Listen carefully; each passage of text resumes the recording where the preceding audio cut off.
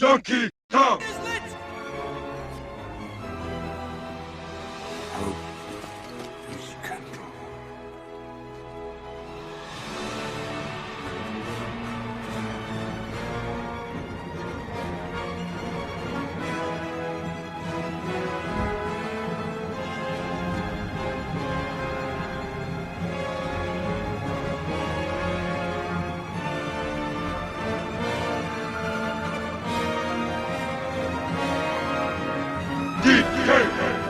Donkey Kong! DK! Donkey Kong! DK! Donkey Kong is here! He's the leader of the bunch. You know him well. He's finally back to kick something. His coconut gun can buy it first. If you shoot stuff, it's gonna hurt. He's bigger, faster, and stronger too. He's the first member of the DK crew. DK! Donkey Kong! DK! Donkey Kong is here! DK! Donkey Kong! DK! Donkey Kong is here!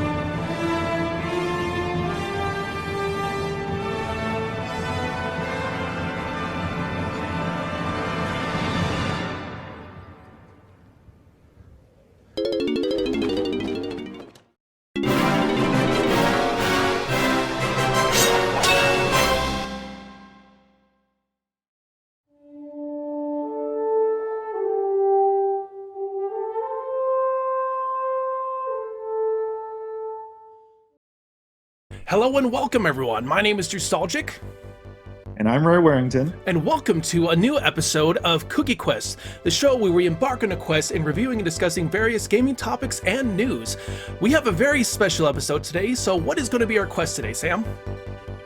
Today, like you said, is a very special one, and it's something that, honestly, if you guys follow our content both on Drew's channel and our old content and our content on this channel, this has been something that we've theorized, hoped for, talked about. We finally have what I'm deeming is the return of the Kong, our Donkey Kong Bananza discussion review. And man, I've been looking forward to this, Drew.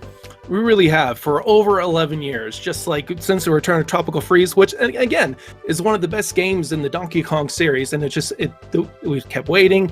We had the Tropical Freeze port, and then just over a year ago when we started collaborating, we had a big long discussion about Donkey Kong. A lot of the community came together, gave their thoughts about what they would love to see in a new Donkey Kong game, in a 3D Donkey Kong game specifically, or like some other possibilities there. And it's just great to see how our content is kind of, in a sense, led us to this point. We're so excited to talk about this game and this series, which really means a whole lot to us. Oh, absolutely.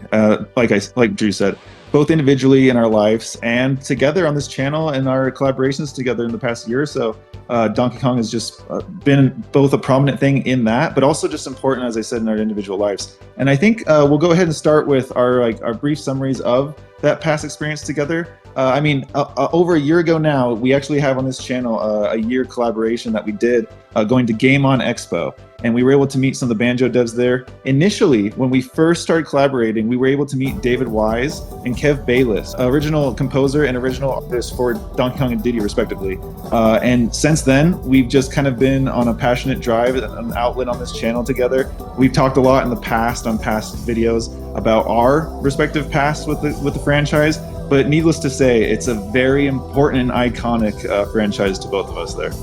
But yes, the Donkey Kong series has meant a lot to me ever since. Like, I went to that KB Games and Toys back in the 90s, played the Donkey Kong Country booth with those fancy 3D graphics that they had back then with the 3D models.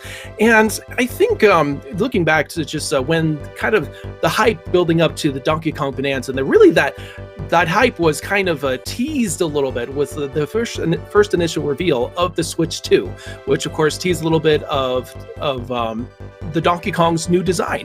We spotted that there, and it's like, oh, that's something new, that's something different, and that alone was exciting. And then like just like a little bit later in that April Direct, that's when really the big one happened. What was your initial thoughts when you first saw that, Sam, with the April Direct there?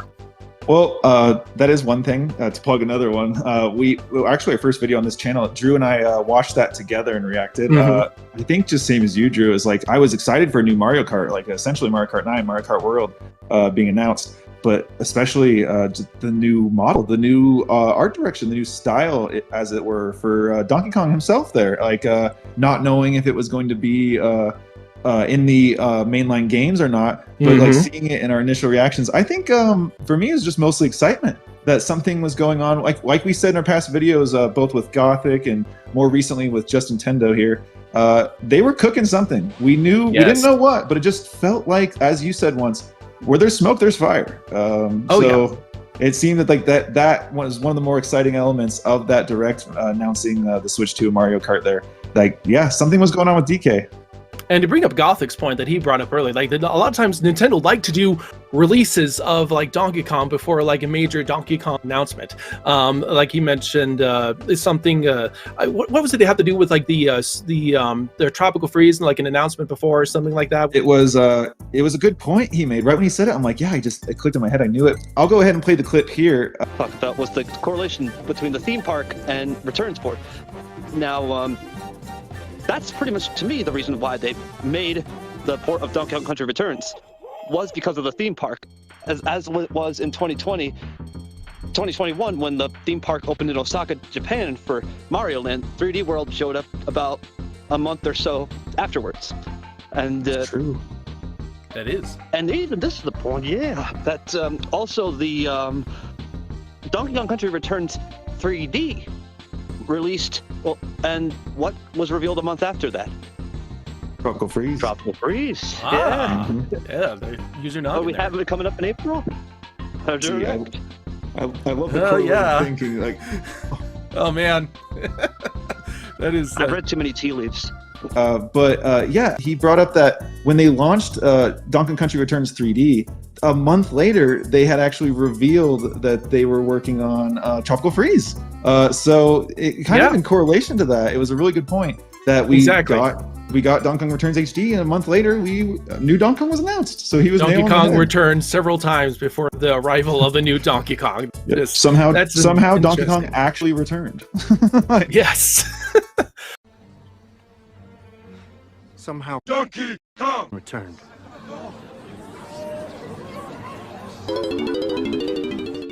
Oh man, but then again, like heading into that April Direct, and looking back in that, people's predictions back then, everyone was predicting they were going to show the new 3D Mario, and it was not an inaccurate or unreasonable thing to predict. It's like it's been a long time since Odyssey, but they also know under the surface there were those rumors of that Donkey Kong game being developed in-house by Nintendo, but we didn't know, like, is that going to be coming now or is that going to be coming later? Well, it's kind of feels more like a time for Mario to come, but to our surprise, at the end of that April Direct, they showed it. They showed Donkey Kong Bananza, and I was watching that trailer, and it didn't take me too long to maybe start picking up on it. I saw the visual style. The first thing, when I first heard the music, it almost sounded Kirk-Hopian a little bit, and then the visuals, then I started seeing bananas and minecars, and I'm just like, oh my gosh, this is a Donkey Kong game. And then he punched into the scene, and yes, Donkey Kong was finally back.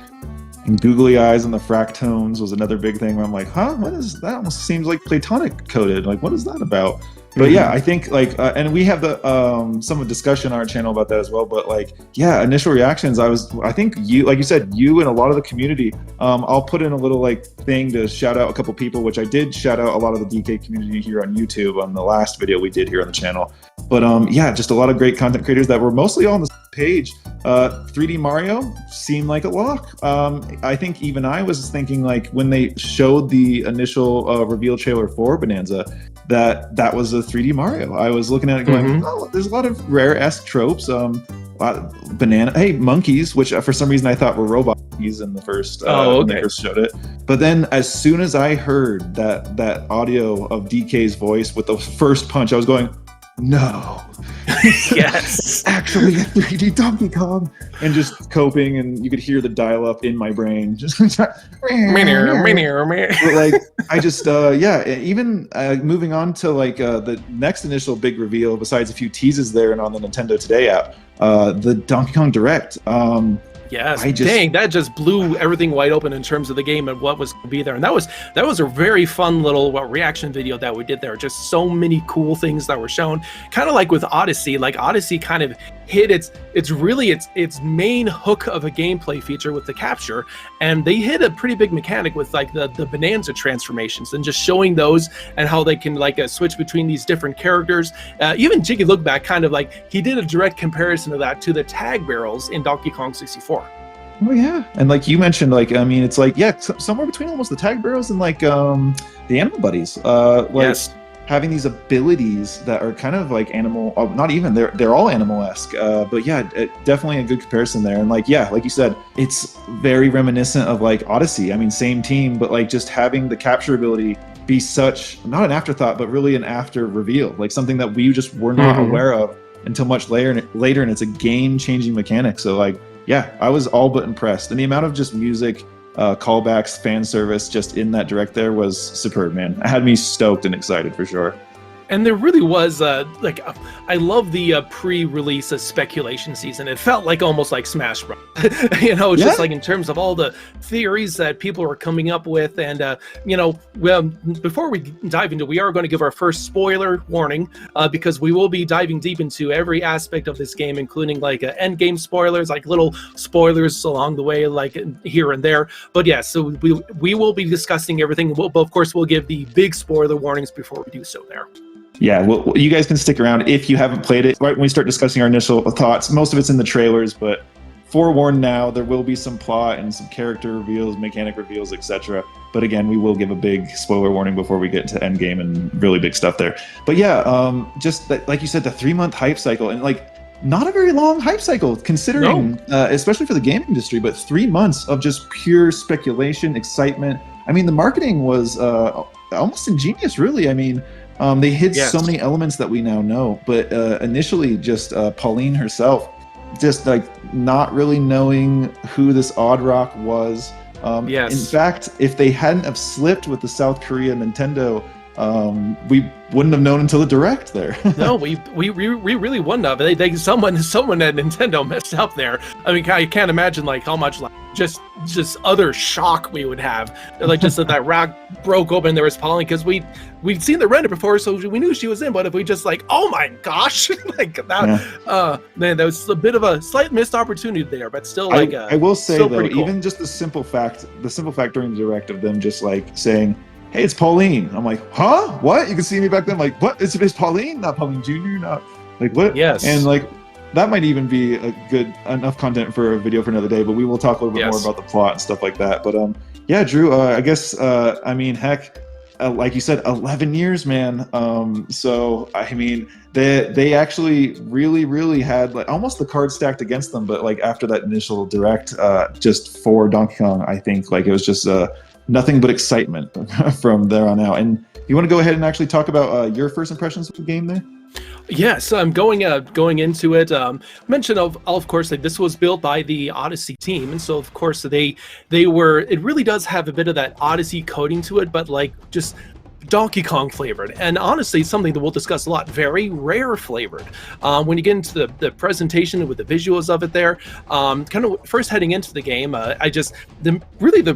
the thing that really impressed me a lot was just how good just the control mechanics were, which is when you're Donkey Kong and you smash things, and immediately that feels good, and it doesn't stop feeling good, for lack of a better term. It's just like you're an indestructible force, and you can just punch through everything. And honestly, we just kind of learned recently that Miyamoto had a bit to do with the control layout of the game, and people can do different things, but he had the thought that we want to do the down punch button to assign to the B button, and then the A for jumping, and you can flip it back and forth, and that option is the game. But even I myself found that with controlling Donkey Kong, with traveling around that, I actually kind of got to like that bit of layout. And again, we just have that little bit of Miyamoto influence in this game. Yeah, and I mean, the team is excellent. Like we were saying, it's definitely Odyssey coded, and like they use the same engine. So I think it was in 2021 that they did the swap, initially working on the Switch 1, how you say, build of the game, and then realizing, hey, we can utilize all this power of this upcoming console, and then in 2021 switching over to that. But Motakira and Takahashi, I'm probably going to butcher those names there, but and other members of the Tokyo EPD, Nintendo EPD team, they had an interview that we talked about in our last video a bit, and just like some really cool stuff in development. You can tell that they had a passion for both things we were worried about. New things that are of quality in the style and in the spirit of Donkey Kong, but also new things. And like these, as you kind of briefly touched upon, just the handling of the game. It makes sense to me that Miyamoto was involved a bit too, but the handling of the game, how it just feels both new, like you said, with the directional punching, and I will say, you do have the option in the menu there to kind of give yourself a little bit. I tried it out, and I initially, gave it a shot. Kind of a more retro style with your action button and your jump button being kind of the typical placement they are in the Donkey Kong Country games. But I eventually opted for the way that the modern controls were sorted to, and it just worked out for me. The direction of the punching, up and down respectively, it feels so good there. And bringing back things like the roll jump, which is something that, whether you played new or old Donkey Kong Countries, and even DK64 really, just for Donkey Kong, it's just something that's been present and just been a huge part of like the handling. And them kind of adding things where like, I put up a clip here, but if you roll and you actually roll and then go straight into the jump button, you can do a typical roll jump, and then you can actually roll again. It actually gives you that reward where you can get even more airtime. And as well as like the ability to roll and then initially just go straight to the attack button, where you kind of go into a punching roll and you're able to take out like enemies right in front of you, even better than the roll itself, or like gold, etc. Just some really cool stuff, and it feels great, man. And again, as I'm playing through that first world, again, the initial mechanics feel really good. I like that initial tutorial section in the baboon mine there, where it just kind of gives you a feel for just, again, the basics of punching and smashing and collecting stuff, collecting the bananas. You get an idea for what the bananas are for, that you can just as you collect them, you can be able to level up and increase your skill tree there. I will say, Ingot Isle, like you just brought up in general, I mean, I'm just really impressed. Like it kind of is reminiscent of like, for lack of a better term, the monkey mines in past games. Yes. I was hoping for some musical callbacks, which there are, not exactly like Mining Melancholy from Donkey Kong Country 2, which I was hoping for. But I was too. But I mean, man, even initially, like 5 minutes into the game, you already get hit by what is called the Ingot Isle Cave-In theme, and like it's sort of like an 80s club, like almost electronic house, like rock sort of thing, and it both kind of feels new, but kind of fits with the DK aesthetic, and man, it's just a jam. Like right where all the, for lack of a better term, the Kongs, these other like monkeys that have the area, they seem to like that tune, because other levels or layers rather that they inhabit usually have that tune. But just the design of Ingot Isle in general, as a tutorial level, like you brought up, it just seems just so well designed. Initially, like introducing you to both the controls, but also just introducing you to the satisfaction that comes with these controls, and like both the audio and like the feeling in the gameplay of punching through rock. Just, I mean, man, I will say these guys cooked. Like it's just, I spent way too much time, Drew, hours, I think 2 to 3 hours in Ingot Isle. I just couldn't move on. I kept smashing through things, and I was mining gold when I had the opportunity to do so. And it was so satisfying to punch. I was just like, man, 3D Donkey Kong. I would just live in the tutorial level, I suppose, because it was just very engaging, to say the least.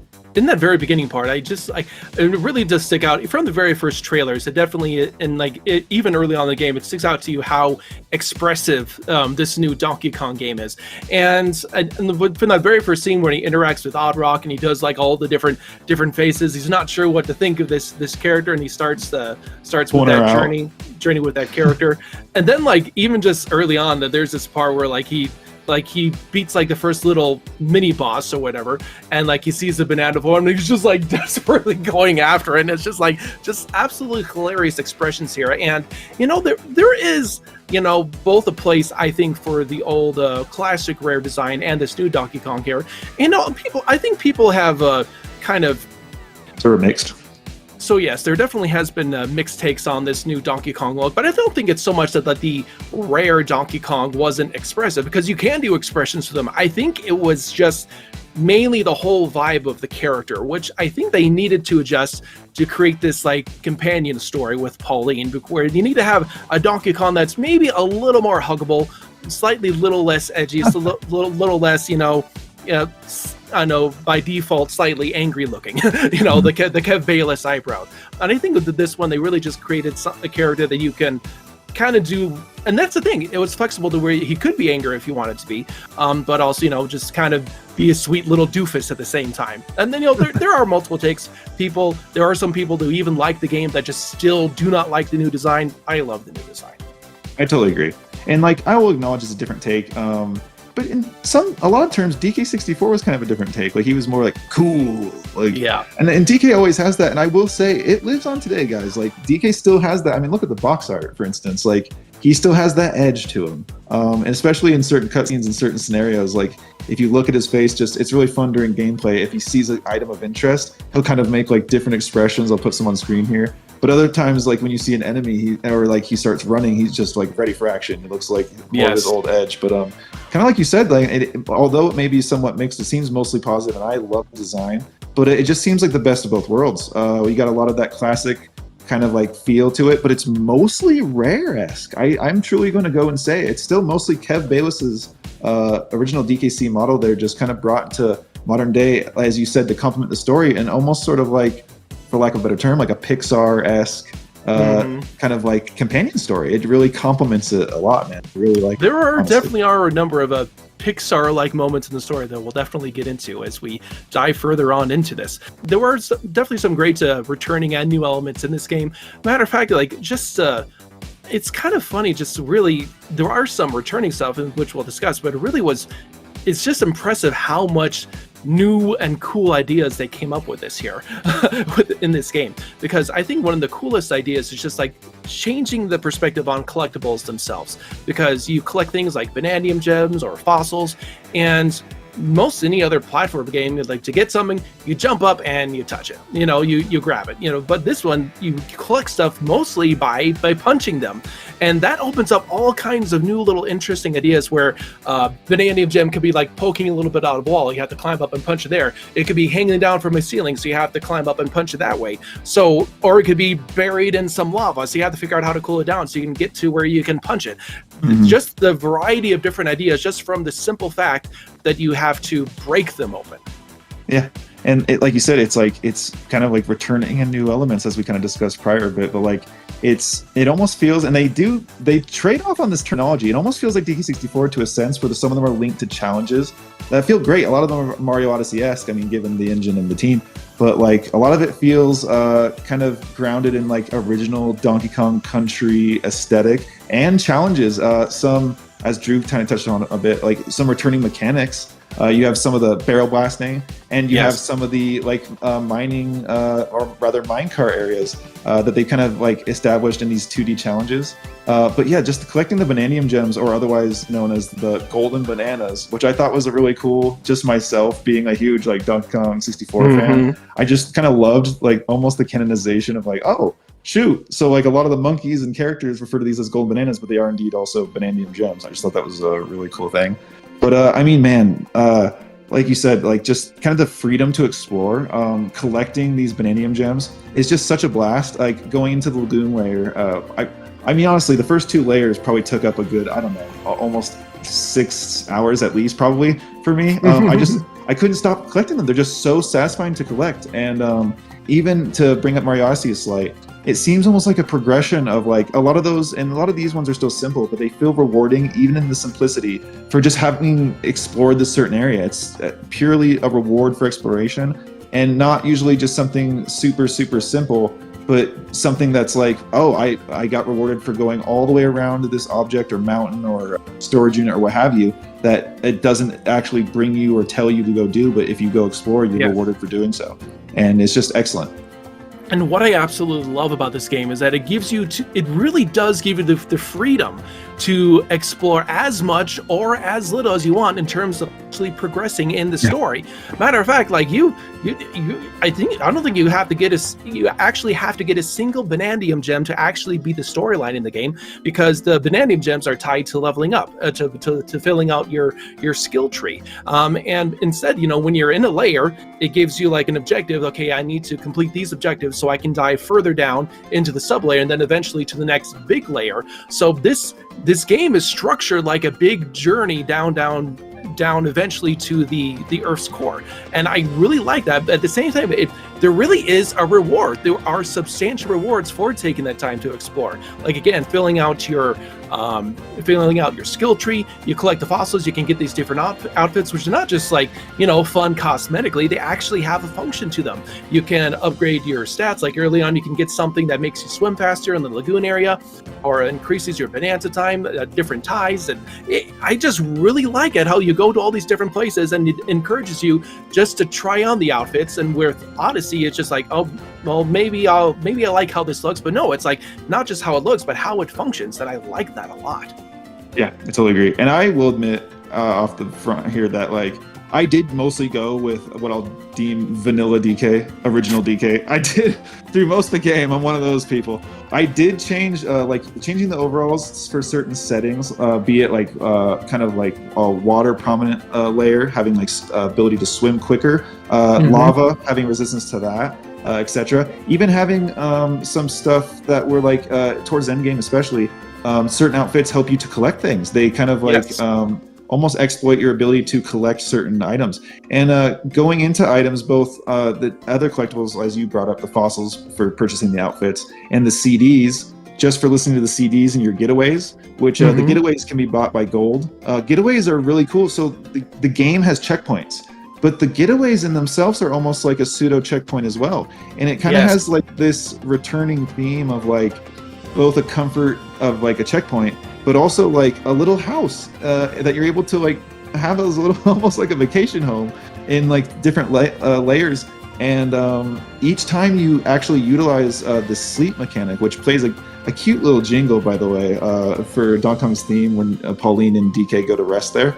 And it triggers one of the most rewarding and cool repeating factors, in my opinion, of the getaways.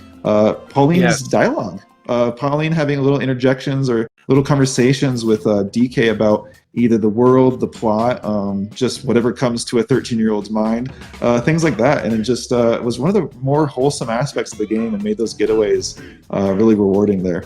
It really did. I mean, like, I think it really did. Like, okay, like Pauline, and like, I said, okay, well, she's kind of there. She's saying, "Ooh, a banana, dude, should we teleport there?" And she's like, okay, she's just kind of maybe there, just saying stuff. But the moment I first got one of these getaways, and then like I listened to that dialogue, okay, yeah, I'm into this. This is really like, this really brings the heart of Pauline into the game, and like it kind of made finding those getaways in and of itself a reward, because you get to hear that a lot of that. Honestly, I love really just heartwarming or like funny dialogue that she has to say about a lot of just really random, like awesome, like little topics there. Yeah, little observations she makes and such. But I you know what, to touch upon that, and I want to bring that up, like you just said, like initially with Pauline, I was kind of on the fence, and I think that's a known thing, especially if you guys know me. Josh, a good friend of ours in the Discord, in the Kooky Crew Discord, which you guys can join if you would like. There, we've actually discussed a lot of this in the Discord there.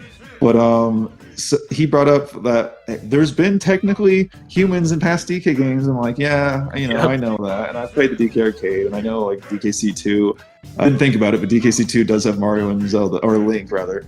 But yeah, I mean, initially with Pauline, I was just kind of on the fence, not just for the timeline's sake, but I was like, well, I'm a DK and DK64 purist. I like my monkey games to have monkeys.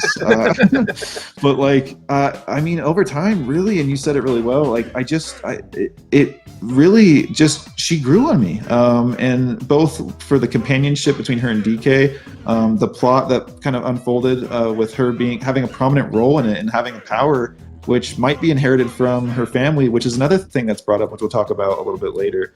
But yeah, just Pauline really grew on me, and like it's a really heartwarming dynamic between the two characters there. There really is, and we want to maybe also talk about some other new characters coming in this game. Voidco. They're the new villains that have been introduced in this game. Of course, Void Kong, Grumpy Kong, Poppy Kong, and they are great new characters. Void Kong just has this, from his design, just has that very Gremlins s to it, where it's just all manic and menacing, and putting on the Ritz, putting all this fancy looking stuff. And he's very egotistical. He's very loud. He's very brash. And he comes across as just like the boss that can't really get anything done without underlings underneath him.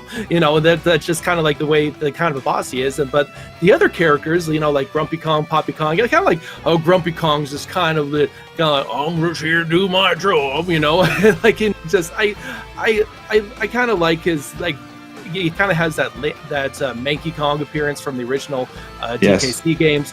And as you're progressing through the game, it's kind of funny how you realize that, like, they're kind of just doing a job, but they don't really have a healthy relationship with their boss there, and they like kind of gradually kind of going into like mid plot here, like gradually kind of drift away from them there. Yeah, and like you said, Voidco, I mean, that's another element that initially I was like, oh, well, I mean, I was kind of a little bit put off, almost frightened, because I was wary of the fact that it was reminiscent, which is a great game, by the way, but reminiscent of like Jungle Beat. And I was going, oh, well, I mean, obviously there's some elements here clearly in the initial trailers, but I was thinking, well, I wonder how far they will go with this new stuff. But I will say, fantastic characters, Drew. Like, yes. I hope Voidco returns. I can't believe I hope so too. But as you said, like Void Kong himself, just his menacing, maniacal, like just unhinged, but kind of like disrespectful to his staff there, just way of doing things at the cost of whoever he can, afford to lose, or whoever can do his bidding. He just has this drive for, actually his end goal is just more gold. They actually have in the load screens there, and I'll put some on screen, how he, in the whole events just prior to Bananza, he discovered the golden roots, and that kind of made his struggling mining company thrive, which kind of made Voidco what it is, and had given him his ability to hire both Grumpy Kong, who, as you touched upon, is just grumpy, but like kind of, you find out through the events of the game, has like kind of like a heart of gold. He's actually like not such a bad guy, but he takes his job very seriously, and he takes his failures very seriously. So you actually have some dialogue at certain boss fights where he has not given up. He is determined to take you down for Void Kong.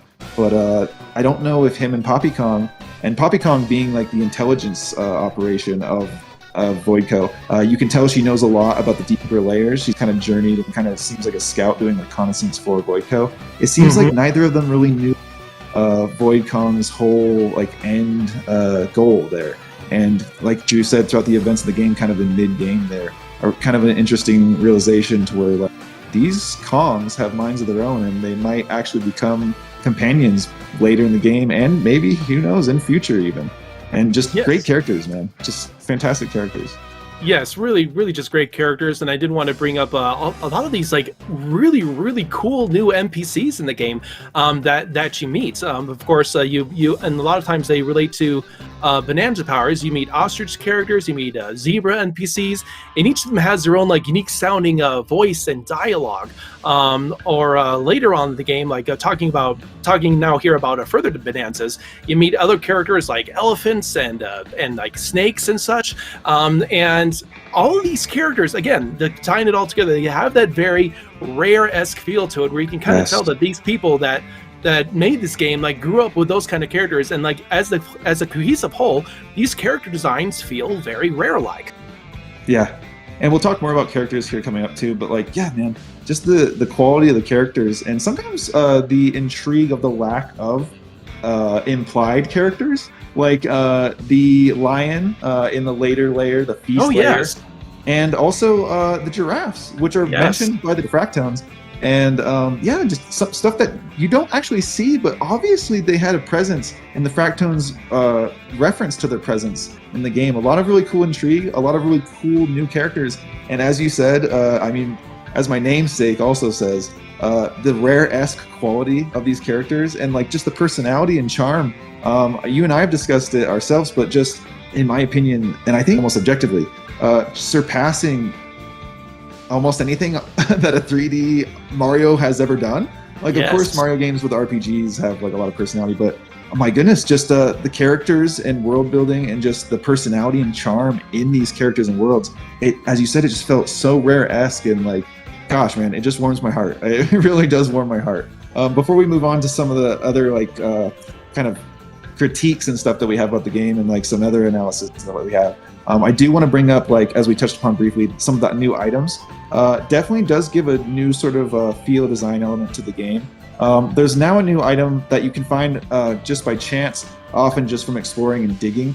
You can find these chests, and the chests reward you kind of a range of items, sometimes just gold, but you can get what's called an apple juice, which is like in a container, like kind of like a can container there, and it basically serves as like an extra chance, like an extra life.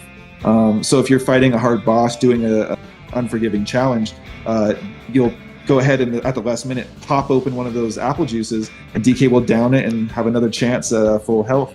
But I just thought that was a really cool element, and I do want to bring up as well a returning item that they have a new take on, the DK balloons. Yes. Which actually are really charming in themselves. The new kind of take on like the DK face shaped balloons, but they go ahead and have the functionality of like if you fall from either in a challenge or in a level, it'll bring you right back up on the balloon and you'll have to go at it. And that's a more common item and definitely comes in really handy there and complements some of the essential. challenges. Oh, Yes, for sure. Yes, the balloons, like, you definitely need to always have at least some in stock there for a lot of these really big challenges. As a matter of fact, in regards to challenges, I really did enjoy a lot of these things. You like you go into your room and you can find 3 bananas in there, and usually they do it so where like maybe 2 of them you just naturally find along the way, and the third one you have to maybe look a little more. And I really like that aspect of it, where it kind of the challenge focuses usually in like one like particular mechanic, and you just kind of utilize that mechanic in that challenge room. And then you also have the stadium like things, which are kind of like in and of themselves a callback to DK64, where you just fight a bunch of enemies, those are brief but also pretty fun on the different ways that you can tackle enemies, or how they arrange the enemies and different things like that. Yeah, and I think it's something we'll also talk about a little bit more. Like a lot of us, for lack of a better term, like older like DKC centric fans, like having the challenge and almost like really the fitness aspect of the game being up to the player choice, both where you decide to put your skills in the skill tree, which is another awesome thing and a very rewarding aspect. It just makes the collection of Bananium Gems, as Drew said prior, like you don't necessarily have to collect the Bananium Gems. And Drew just recently and I a couple weeks ago did 100% the game, so I've started another file which I intend to collect none.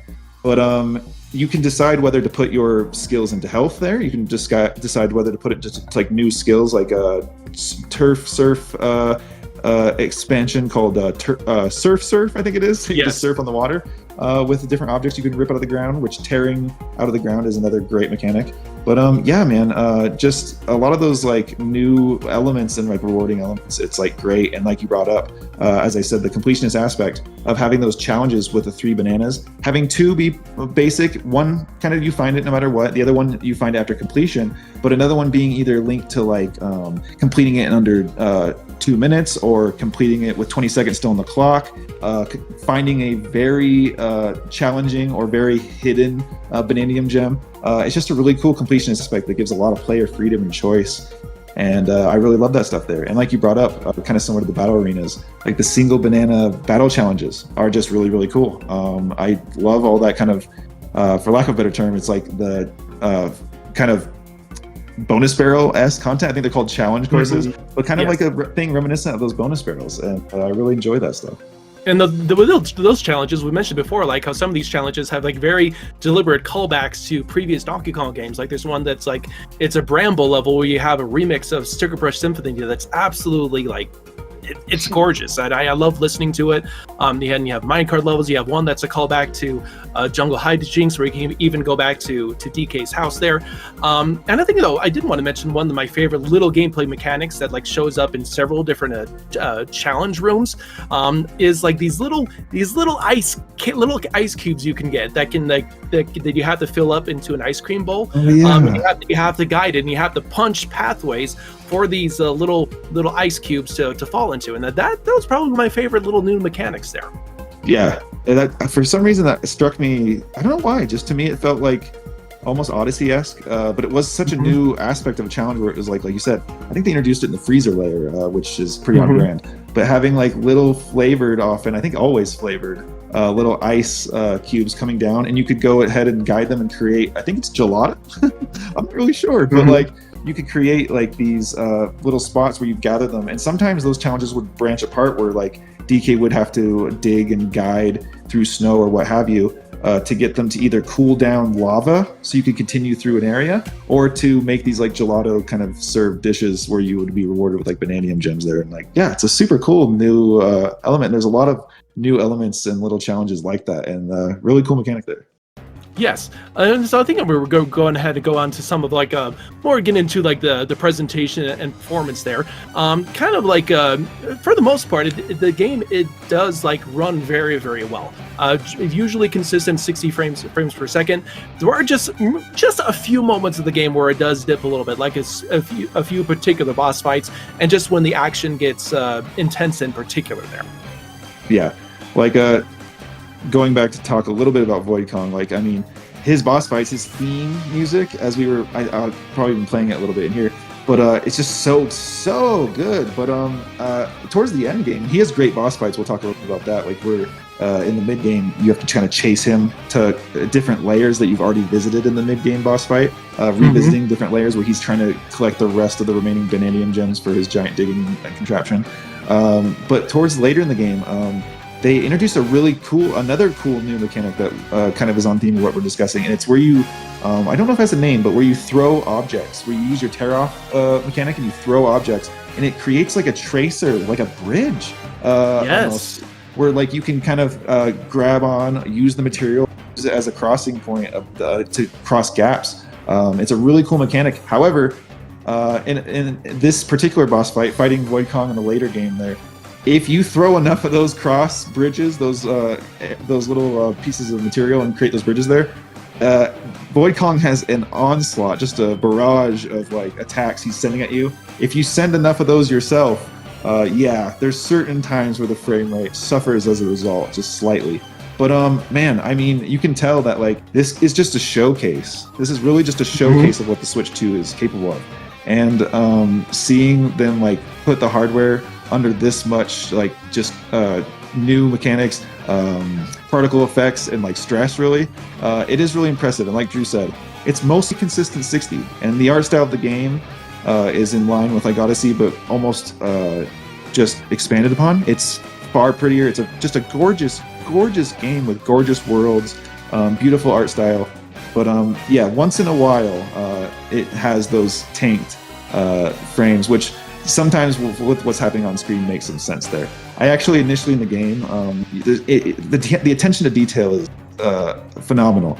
Initially in the game in Inga Isle, you can see little rats or mice like running around the area. There's like little fish, there's birds that are like just around, all sorts of like cool atmospheric elements. One of the first times I noticed the rats or mice, I was like, that's cool. And then I watched one, I was following him, see if he led me to anything, and he got stuck in the corner and started kind of like like jumbling around there like he was like really having a heart seizure.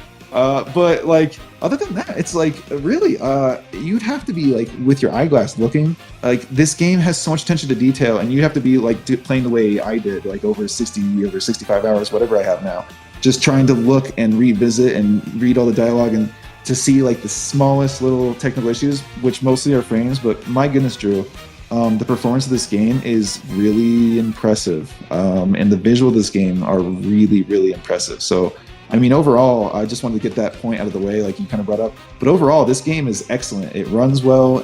I mean, besides those little hiccups, it's super impressive. The digging, the particle effects, even the way the camera works sometimes.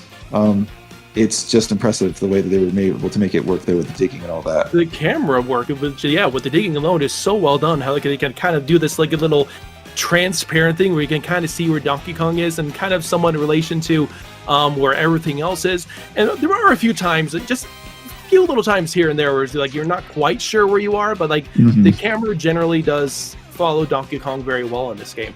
And I will say about the visuals, it's extremely impressive, like how much just variety there is in all these different locations you go to, because each area really does have a very distinct like visual flavor to it. Whether you're like in a tropical resort with all this different fruit, this theme park that's like filled with like fries and like rocks and like hardened cheese. And it's just like it's just impressive, just like how much they're able to put in terms of just the visual variety alone. Oh, for sure. And like I think like the overall, as we were saying, like the overall presentation, in spite of those tiny little minor things, it's just like I said, overall so impressive. And like you bringing up like the feast layer and like also the resort layer having a lot of fruit, which made me crave fruit. I'm already a big fruit eater guy, but just watching Donkey Kong either eat those fruit, eat the cheese, like, and how happy like and expressive he would be about it. It's just and you can actually get clothes where like some of that food does enhance your health. Some of it, like the cheese and burgers and stuff in like the feast layer, I guess Nintendo wasn't gonna let us say that it was substantial to your health, I guess. But like you can actually wear outfits where that makes it so it is substantial to your health. So just really cool elements like that. And like another small attention to detail thing, you can sit in chairs. You can walk up to a chair and you can just sit in it. And like if you stay there long enough, you can see DK like relaxing and his health will slowly go up. Same thing in like the spa areas of like the Tempest layer with the elephants. If you sit in the kind of Goron's spring-esque from like Zelda, where if you sit in the hot springs in the spa, you just slowly they both relax and you start to heal. And I just love little attention to detail like that. The overall presentation is really excellent, man. Yeah, I think we were kind of ready to kind of dive into like a really just we'll get to more like some of our thoughts on like the end game and stuff is kind of when we get to that point. But I did want to touch briefly on the fact that like if there's any small criticisms of this game, it's just that after you do complete the initial main game, the post 100% completion, especially as you get closer and closer to getting to 100%, it gets gradually a little bit more grindy. But I think that's, when you have a platformer with just like this many collectibles on it, I feel like this game, though it got a little bit grindy towards the end, I feel like it felt like the least so out of a lot of these platformers I played, including Odyssey or you could say its predecessor itself, DK64. It's just like that pathway to 100% does have some grind, but I feel like it's fairly minimal in this game. So someone like me, I will say, just to briefly talk about DK64, I have a bias, so I can't even talk about that game objectively. Well, I can, but like that has a little bit of grind, but for sure, like this is. I'm gonna go out on a limb and say, you know what, it is. It's less grindy, as you said, than Odyssey. Like it really is. But in that really only hits for me, being a collectathon freak, really, and having OCD. I just kind of mined, for lack of a better word, and really it's an accurate term. I just completely mined any opportunity that I saw a bunch of gold. One of the elements in like the racing layer, which we'll talk about in a bit, where you get to see Diddy and Dixie and like where the Kongs have a racing layer for Rambies. It's just like there's a huge, when you unlock it at least, there's a huge trophy, a bunch of gold there, a bunch of gold, as I said, at the initial Ingot Isle level. Any chance I had, I was just kind of, I guess I should just collect at least 90% of this gold and just like go and like mine it. So I didn't ever have a problem with gold collection. I was one of the lucky few where like I never had to grind. But, and I will say actually also, they do actually, if you beat the game, they do reward you with a mining outfit, which DK and Pauline can actually match, which I did a lot. But it actually rewards you for gold. I believe it actually might double your gold collection rate. So Pauline's outfit. Yes, very it does helpful. Double your gold. Yes, that actually was very helpful. Yeah, it was very helpful. But I will say, like Drew said, the Bananium chips for the chip exchange, which has one initial one initial Bananium gem that you exchange for each level on the checklist of the initial 777 collectibles. But towards the end, just in the after game, just for 100%, and 100% I think is worth it to do once at least, like definitely. But that was the only thing where there was just a little bit of grind to collect the remaining Banandium chips. I did have a pretty good method for one particular arena, and there's a one tie you can equip that like doubles, like that. There's like a 40% chance of like doubling the value of some Banandium chips you pick up. So there's one particular arena where you defeat like 10 of the squealoid enemies, and yeah, you can do it really quickly, and be able to harvest between like usually like 20 to 30 at least every time, and you can just keep rinsing and repeating that very quickly, and I got enough to get the remainder in about an hour from doing maybe about 90 minutes at most. But like, I'm thinking about that, I mean, like, not too bad, not too bad overall in the grand scheme of the game there. Not the worst thing. And if you're like Drew and I, like if you are a completionist and you really like these collectathons, I mean, it's kind of a thing where like, yes, it is just bragging rights, but they give you the smallest little like rewarding aspect there. And like, there's 2 different pictures you can get. One when you complete the after game just initially, and one when you complete the game %. And although it's mostly satisfaction and bragging rights, it's you get the 3 stars by your game file. You've truly 100%ed it, and you get this cute little alternative end screen, which is kind of ends the plot and shows when DK completes the whole journey and brings Pauline back to the surface for her concert for the new song there that you're trying to earn in the end game. It's a really cute, really cool element. But that was the one thing I think, the only element for me at least that had just a slight bit of grind there. But yeah, like Drew said, it's still rewarding for us who desire to be completionists. And like honestly, you can kind of make it as easy or as difficult as you want, because I mean, like as I'm getting towards the closer to the end of 100% completion, I'm just finding myself like admittedly spending a lot of gold, both like finding buying, because you can go to the stuff shop and you can buy maps to help you find fossils, you can buy maps to help you find Banandium gems, or you could just like maybe equip a tie so that you can open treasure chests to find those things, to get those maps that way too.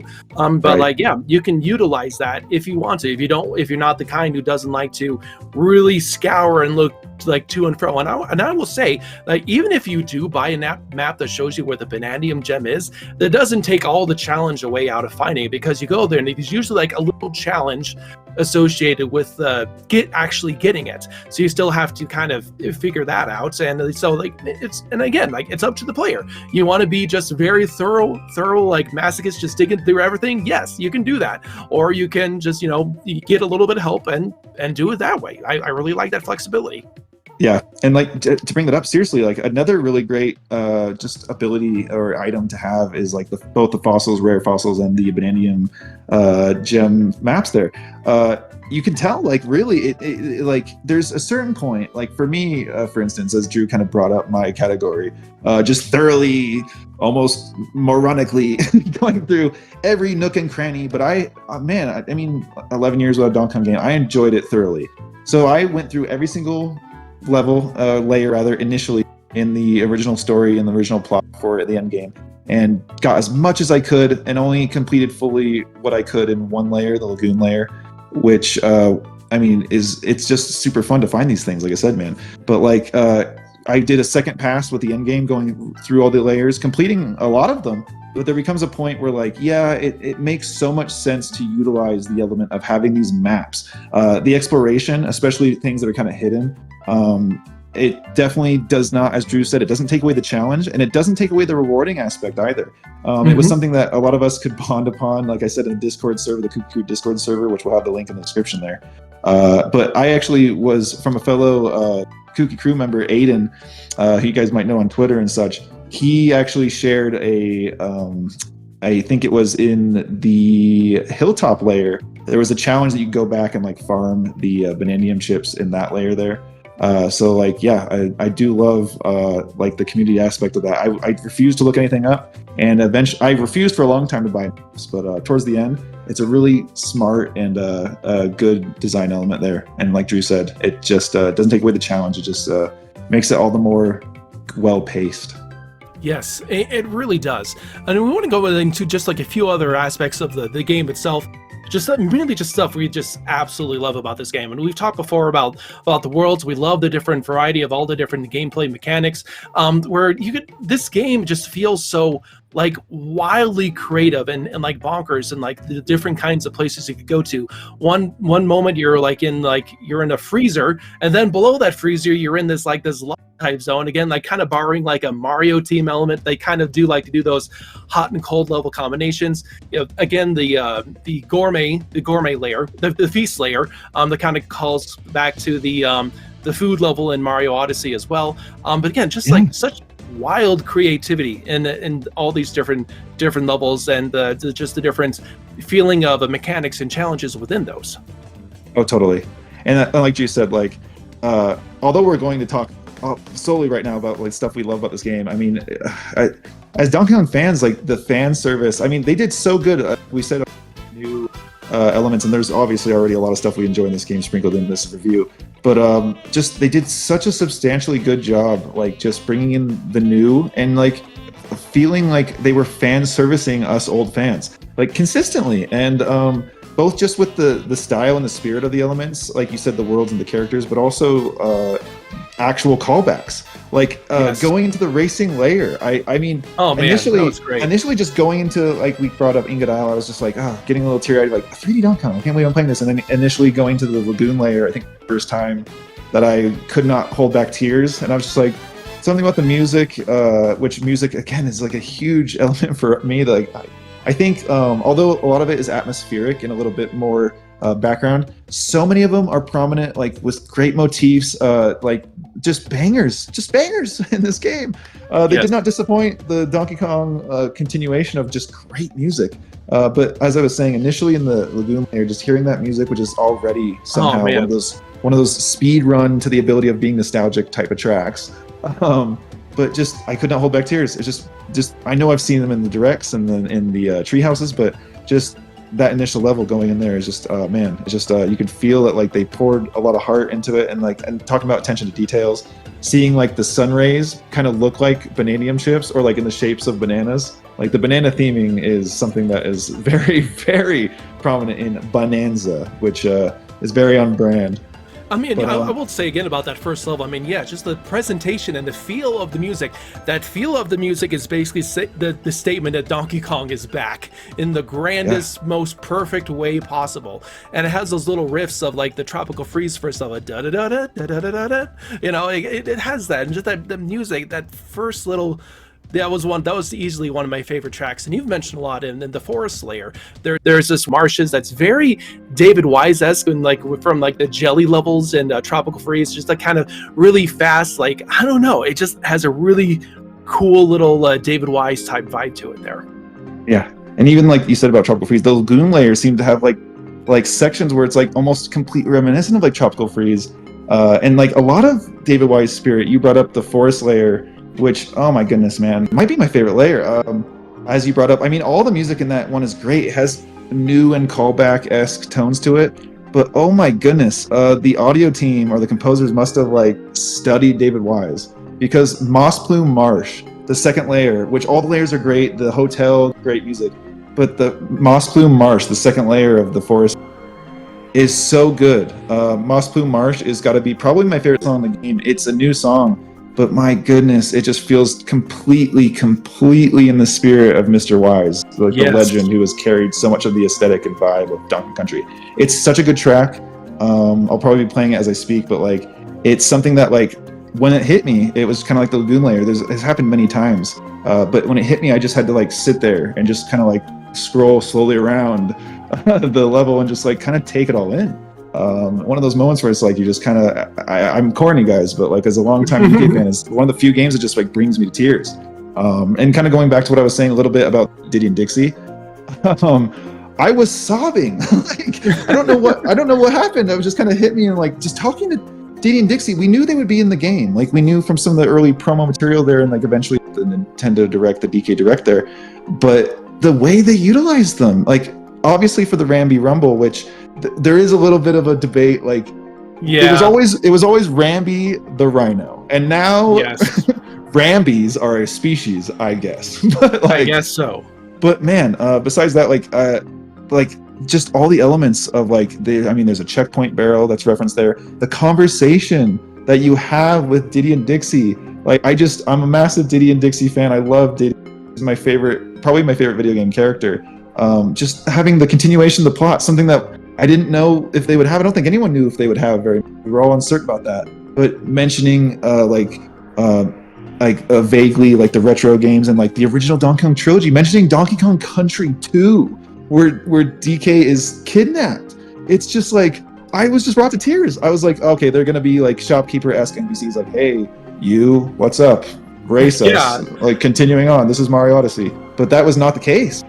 They had their history. That was so cool. When we were talking, they actually felt like, oh, sir, it's like actually made us like that. I'm actually talking with Diddy and Dixie Kong, as like with like all their prior games. I will say, I do love the little mention of like, oh, Candy Kong would be so jealous if she knew we were all together here. And like, it's like, oh, it's like the references, it doesn't stop. I was just, my girlfriend came in and I was trying to explain myself, but she's like, you're fine. Sobbing, like reading this dialogue. And there were some times later on in the game for me that both of us we will be getting to here soon that really turned on the waterworks there. I liked how Steve Mails even mentioned how they like reused some of the old animations he did for Donkey Kong Country 2. Like you see Dixie Kong drinking her soda pop, and like I think a Dixie Kong, Diddy Kong juggles. Diddy juggles, and that was just great little touches there. My goodness, all the fossils alone, all the fossils are like some other past like Donkey Kong character. Like a lot of the animal buddies. And speaking of like animal buddies, it's been mentioned before. We talked about how like the Bonanzas themselves feel like animal buddies, like the way of bringing that mechanic into the game, and especially later on, when the ones that weren't shown in the initial trailer, like when you get stuff like the Elephant Bonanza and the Snake Bonanza. Elephant Bonanza is itself like a callback to Ellie, where Ellie, you could vacuum up water and then like spray the water. The Elephant Bonanza can vacuum up everything, most everything, and then be able to use those elements and throw them. So that's an evolution of the Ellie mechanic. And of course the snake, the snake's name was literally Radley. Radley the snake, that was focused on jumping there, and this snake character is about jumping and getting into high places. And I really like the Snake Bonanza. If I just want to go get up high somewhere quick, I could jump up, and then I can combine that, jump up high, then combine that with the ostrich bonanza, and then fly off. Yes, that was probably my most consistent combination. I think was just flying with the super jump, which handles it both the animation, the way you're coiled up. It's very reminiscent to Radley, and the ability to like super jump, and just combining that with the ostrich was like so cohesive and just such a good mechanic, man. Like you were saying, like. Both when you like introduce and have that awesome conversation with Diddy and Dixie and Rambi being present, just the references or the inclusions of just older animal buddies was like so cool. You brought up the fossils. There was some actually like Engard was a fossil. Winky was a fossil. The frog, Winky the frog. They also had Squitter, the spider, was a rare fossil.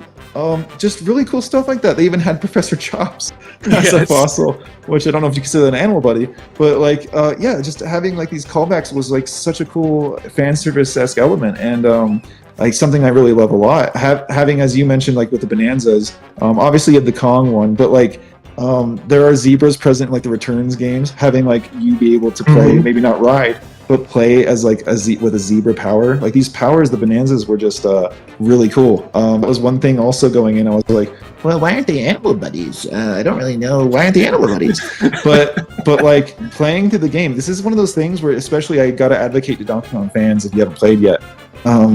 As you play it, it's just all these elements fall into place. Everything makes sense. It seems so faithful, or at least so serviceable, and like in honor of both what has come before and in honor of the fan base and acknowledging what they want. And man, just so good. You kind of brought up like, well, we talked briefly about the music, but like there are David Wise-esque things. There are literally David Wise callbacks, like Sticker Brush Symphony and like Minecart Madness.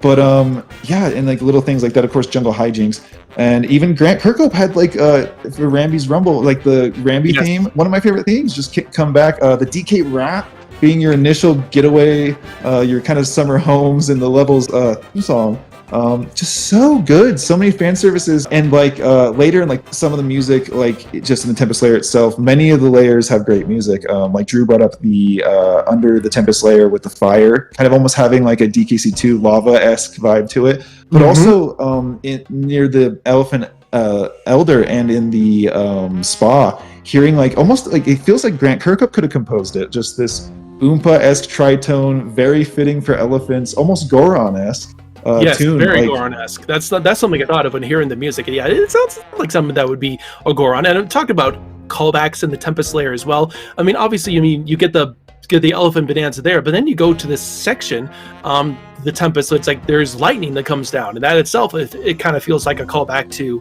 DKC3, where you had that one lightning level. There are just so many little things. But if you're ready, so I think we're going to go ahead and get into really just the cool, meaty end game stuff. The big reveal. So last and final, for if you haven't played, I mean, it's hard to avoid it these days. Me and Drew were doing our darndest to avoid all the spoilers going in. We both got to react unspoiled. But yes. Yeah, final spoiler warning for some end game and end of the plot content here. So last chance to Amscray if you don't want to see that. But should I say it, Drew? I will. I'm going to start at this part here just because there's very different reactions to this here, because some people like realize something earlier on, that then some people realize something like at a certain particular point. But it's like me, as later on in the game, you get to the close to the planet core, what's called the Forbidden Layer, and you go to this big wall, and a person says there, someone went beyond here, a long time ago and never returned. And even at that point, I'm just like, wait a minute, who could they be talking about? And well, let's say, and you go a little bit further, and there's this dome, and Void Kong says, it's the Banandium root, and I'm just like, that is not the Banandium root. That is King K. Rool's gut. Okay. So I will say, and the Banandium root propaganda was one of the things where I'm like, oh, interesting. Like that's the Banandium root. So I'll be honest with you. I think it was more to save my own sanity. And it was so late game, as Drew said, like when you initially see Void Kong for his final fight with Void Kong there, towards the end game section, at the beginning of the end game section rather. But I think again, to just protect myself, I just didn't know what to believe. I was still on the page of like, maybe it'll be a Crocoid-esque K. Rool. Like, I mean, bringing up kind of the Crocoids, we haven't touched upon them much, kind of the main enemy NPCs, and a lot of the enemy NPCs in the game being very reminiscent, but not quite in line design-wise to old enemy NPCs. But the Crocoids, especially given when you first unlock the Lagoon layer in the initial tutorial level there, it actually highlights the skeleton. Yes, like having that a little cutscene cutscene where like it like rises up and then you get covered. And that's another interesting plot factor of the game. Like Void Kong just uses his remote to like, there are all these skeletons lying around. He just pushes his button to like make to animate them and coat them with like the rocks or just whatever he puts around them. But in a sense, he really was borrowing something there. Yeah, and I just feel like it was, again, like I've said with Justin in the past video, too on the nose. Like right when they showed that cutscene with the kind of a first mini boss fight where like they like resurrect the Crocoid thing. I'm like, what do you mean by that? Like, what are you saying? What do you mean by that? But yeah, going into the Bananium root and the insection there, like I did not see any similarity. I was totally brainwashed by Void Kong's like propaganda posters, and like I saw the Bananium root as the Banandium. So like I was fighting Void Kong, still in doubt, not really sure what was going to happen.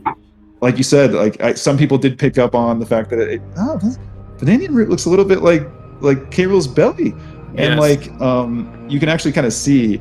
Like there's some similarities for there sure. Definitely are. It's almost like on the nose. Ultimate like really made his belly button prominent, like a very Audi kind of belly button there, and it was really just that smash design that really made me very suspicious there. But then of course you have that awesome boss battle with Void Kong there, and then I'm just like, and then that scene, oh my gosh, just that scene alone right afterwards, just like that was such cool little drama there where like he uses his button to push the button and then makes DK all covered up with the tape himself. He's all frozen solid, and just a perfect little setup. Like, oh well, if you want to set him free, you're going to have to sing for him. And then she sings that song, and then like the goes all Super Saiyan, that explodes, the root starts to crack open and all that stuff, and it's just like that was an awesome little scene there. It's so epic. And yeah, I totally agree. Like, I mean, the plot in general in this game, I mean, it's not like you get too many cutscenes. It's never pace breaking. It's just like, it almost feels like the perfect amount. The plot was so good. And like you said, like Void Kong kind of blackmailing and pressuring, like now DK's frozen, odd DK Rock, whatever. But DK's now trapped in rock, just like Odd Rock, just like Pauline was. Now she's forced to sing, whether she wants to or not. And to what Void Kong believes will unlock the banana root and his ability to make his wish. So just after you beat him with the last energy he has, freezing them, as you said, Pauline just singing, it's such an epic moment. You can tell that she's like realizing her power based off what Void Kong's saying, why Voidco kidnapped her in the first place. Possibly to do with her past, her family, I don't know. But like, just she really gives it her all in that scene, and it's so epic and like kind of emotional. And just initially when they're having their whole kind of a relief of, well, now Void Kong's beat, we have the Bananium root unlocked and all this, and Void Kong just slams through them and just starts like running straight to what he thinks is the Bananium root. And I was all in. At this point in my head, I'm going, oh wow, like is he gonna get like a Bonanza form? We're gonna fight like a massive Void Kong, or like possibly like a Kremling-esque Void Kong or something, or maybe a reference to like K. Rool in a or a Crocoid form. I don't know. But oh my goodness! Yes. Just going back, I could have missed the eyes. I remember I just like lost instantaneously. When I'm watching, my wife watched me when I played that part. I was just like ah! Like yes. Gosh, I won't say exactly what I said, but just like, but seriously, just like yelling. Like I hadn't yelled that much. I had been emotional. I'd been like, yeah, but like I was just yelling like, oh my gosh, like is like no way, like, and then just like kind of tearing up and just like in shock, and like he just in one punch bashes Void Kong, essentially ejecting him out of the plot of the game. Like, literally, yes. And just in a flash, just like smashing both Void Kong, but also just smashing straight into his digging contraption, and just like falling apart and just completely rendered not a threat. And it's funny because if you notice it throughout the game, Donkey Kong sees Void Kong as a threat, but more of like a competitor. But yeah, if you noticed throughout the game, they're like, obviously Void Kong is a bit of a threat, but like it seems like DK, when he's just really trying to go after him, Void Kong obviously has really cool abilities and like, well, money and like the eavesdropping device. What is this? It's an eavesdropping device, sir. A bug. I'm not interested in bugs. I'm interested in power. Supreme power. Unlimited power that will make me powerful. The little phone thing that can kind of control materials and resurrect things, etc. Pool pops up. You can see DK's demeanor just completely shift, where he's like angry and sees this as like, this is a threat. This is pure evil. This isn't someone that just wants more success in a greedy fashion for their company. This is pure evil. This is a returning rival, and this is a big deal. So it's just a really cool kind of dynamic change. And I will say, man, like just the voice they used for him, it seemed really cool. It's obviously new, but it just fits the character. It really seems to fit the character. Yes. And getting to hear, just playing through 101% again of DK64 before playing Bananza, getting to hear his motif from DK64 right away. Initially, I just like that shot when it goes up on him. Da, da, da, da. I mean, my goodness. That is so cool. Then it plays the crocodile cacophony there. Yes. It's so good. I love how suddenly it's like, yes, the stakes suddenly, get so much higher because it's King K. Rool. And he's the one who's after the Bananium root. I knew you'd be back. Fate entangled, destined forever, yin and yang. And with the Void Kong, go back to him, yes, Void Kong does have all these cool little tricks. He has these minions that work for him. He can summon all these soldiers, but it's really just he and of himself is not a threat. It's just his technology and his lackeys that give him the little bit of threat there. But he and of himself is not a threat. King K. Rool is an innate threat. Yes. You know, just like he's a maniacal, superpowered like genius. You know, that can like that's just I don't know. Almost like the iconography around him. Yes, so King K. Rool does have that iconography of him. No, King K. Rool is in of himself a strength because like his physical prowess, the fact that he's like a literal genius who can make machines out of pots and pans. He's just that instantaneous threat that again Donkey Kong reacts to. But and that's the amazing thing with this finale. It doesn't stop there in terms of like bringing stuff back. You go down there, and you see the beginning of the planet core area, and you see that giant K. Rool statue. And go a little further, you see crocoys, but then you see those arms poking up, and they're green and fleshy, and I'm just like, what's in there? No, I barely noticed it when I started fighting them too. It's just like critters? Are those critters? And then just seeing them, oh my gosh, the design is so good. It's almost like the perfect combination of Rare, but like the Payon design. And oh my gosh, there was actually a funny, kind of a trash AI mock-up trying to fool people that they were in the game.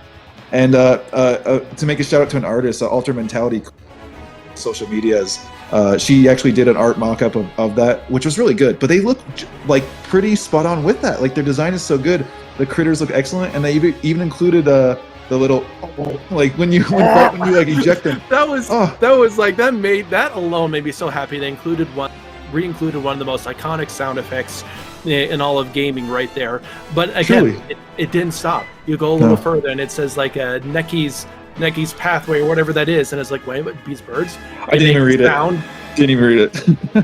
No. The birds come at you, and then like you hear the sound, and then you break them open, and it's Necky inside, and then there's armadillos, and then there's the TNT guys, and you're like, oh my gosh, most of these enemies I've been fighting the whole time were essentially Kremlings, or the whole Kremling crew, and not just the crocodilians, but like a bunch of other old DKC enemies, and that was just like, it's like that little message almost that like we were there all along, and it's like we were trapped down here all along, and it's like we never left, and just the whole meta side to it, where it's just like they gave an explanation for why King K. Rool and the Kremlings were gone for so long, because he was literally plugging up the hole up there, and they were so scared like what would happen when he finally got out. There's that little thing that you can read there.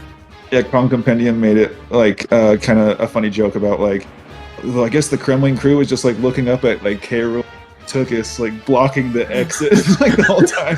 But like yeah, man, like just seeing the Kremling crew return, as you said, to name a few other, like the kabooms, like you said, the zingers, the armies, the armadillos, like, oh man. And like so many of the sound effects, like they just felt polished and brought to like a new quality, but like just old callback sound effects that when you beat the enemies, like even when the Neckies like dive bomb you, sounding like they did in like DKC 1, DKC 2, it's just like, oh man, it was such a like awesome callback, and just it felt so good. A lot of times end games, although intense much like this, are kind of like, okay, we've reached the end. I know like most of the content, but this just seemed like the pinnacle. It seemed like the whole game built up, both with that initial cutscene that we talked about, but also just kind of the similarities of the NPCs that we talked about. This just felt like this was a payoff, like of the whole game, and this end section was just dedicated to revealing what everything truly was, and who the real threat truly was, who entered that forbidden layer, like you mentioned, who that truly was, and who Cranky Kong, who we haven't even mentioned, Cranky Kong, who you get to talk to in different layers, who he was alluding to the entire time. Exactly. So it's incredible, coupled with, as you said, the meta reason, so Rare-esque, being like, it was long ago, decent long time ago, and Cranky was going to pursue him, but this is why the Kremling crew was trapped, and they haven't been, prominent in the series for a minute. Like having that meta reasoning, I just love it, man. I absolutely adore it. And I've had this funny little thought that like the people like this is almost a little skip in my mind, like Commander Clemson there, hey army, how are we going to get out of here? And like Crush is like, I have perception down here, I'll post on Reddit, this is what the route looks like, or just something like that. You just know what's spread funny? Like little info online or something, leads Void Kong down there. He's like, oh wow, and then Void Kong starts creating propaganda out of that Reddit post. But like, no, I mean, and like I said earlier, I think I might do another whole video's worth on like theorizing on the timeline and the lore and plot there. But yeah, man, like it's just really cool what kind of drew you down there, drew Void Kong down there to what was essentially like an inadvertent Kremling crew hideout. It just was so cool. And to talk lastly about the end game kind of section there, the final boss fights. Oh my gosh, so good. Mean, yeah, so good. Void Kong, I will say, there's a little more challenge, especially in the end game, kind of like boss rush boss fights. But like most of the game, the boss fights are not too hard. I would say a lot of them are pretty easy, honestly. Pretty simple. I've heard some critiques of the game do mention that it feels like they barely even start before you finish them. A few of them. Some of them, yeah. Where it's just like you initially uncover them and then you can punch them and then the fight is over. But they do get harder later on. There's this, like, for example, this one slug boss that actually gets pretty crazy, which it's going all over the place and you have to find that opening to keep throwing the salt at it. Creating more toxins everywhere. It's just pretty wild. Yeah. It is pretty wild there. Yeah. But yeah, Void Kong was one where it was like I lost once to him. And so I had to do that again because I was like, wow, this Void Kong's really up in the ante here. But getting to K. Rool after going through the Kremling sort of crew's hideout there, oh my goodness, man. Like initially even, I had one apple juice. I had one apple juice. So I used that and I lost. And I think I lost again because I had no apple juice and I just didn't want to go back. I was just so hooked. I'm like, okay, K. Rool, I'm fighting K. Rool. And he has pretty much like it almost is reminiscent of, with like the banana crown, banana cape, it's reminiscent of like the Elder's design. Like he kind of gets just the power of the bananian root. And man, and he brings out his blunderbuss, a kind of a ramped up version of it. And it's a very difficult but very challenging in a good way and very epic, really good boss fight. And like once you beat that initial boss, like, I mean, the fan service just don't stop there. It doesn't. I mean, when he initially got knocked out, it's like, no, this is not over. You're just doing his little, pose right there. Really like, dramatic. Oh, you little drama king there. You know, I know your tricks. And so, but no, like you see that cool cutscene, you know, where both DK and Pauline get their wish, you know, in a way where it's like a giant column of bananas pushes them back to the surface, and then it just kind of fades out, and it's like Donkey Kong Bananza. It's like, wait a minute, there's a crocodile there. I'll put that on screen as well. But yeah, I mean, hey, at first I wasn't really sure. At first, initially I was like, I'm not really sure. Is he going to pull a K. Rool thing where he's not actually beaten? And that's also the first time I want to point out that you can see his scaling. It's actually more in line with like DK64. Yes. And I don't know if it's because of the bananian root version. Yeah, but he's pretty big. And so going into that credits, there's a really like heartfelt scene, like, oh, they get their wishes granted. They're going back to the surface in a really epic, kind of unexpected fashion. And I was like, oh, okay, well, there's a logo acknowledging K. Rool. It looks fantastic. All right, I guess that might be the end. And then the credits start to roll. And it starts playing playing Galleon. You know exactly what's going on from that point.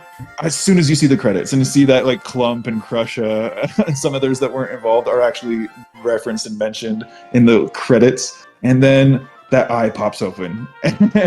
And you hear the breakdown, and then it just starts going into like a metal Gangplank Galleon-esque or a metal-esque version of that song. And oh my gosh, Drew, we talked about this briefly, but at that point, I there was already been so many times where I was tearing up and stunned, but at that point where he opens his eye, he grabs his jetpack from like DKC3 and Smash Brothers, which this time it almost looks like it's either constructed from pieces or a reference to Chaos from DKC3 itself, and just starts shooting after you, saying "filthy monkeys," and I'm gonna get my bananian root back. And oh my god, I was pouring tears, like me too. Trying to play. I'm playing in front of my kids and they see a grown man like just the tears streaming down my face as I'm fighting this epic second phase, as you're just having to tear off pieces of gold and keep throwing them at him, and that itself was just so epic.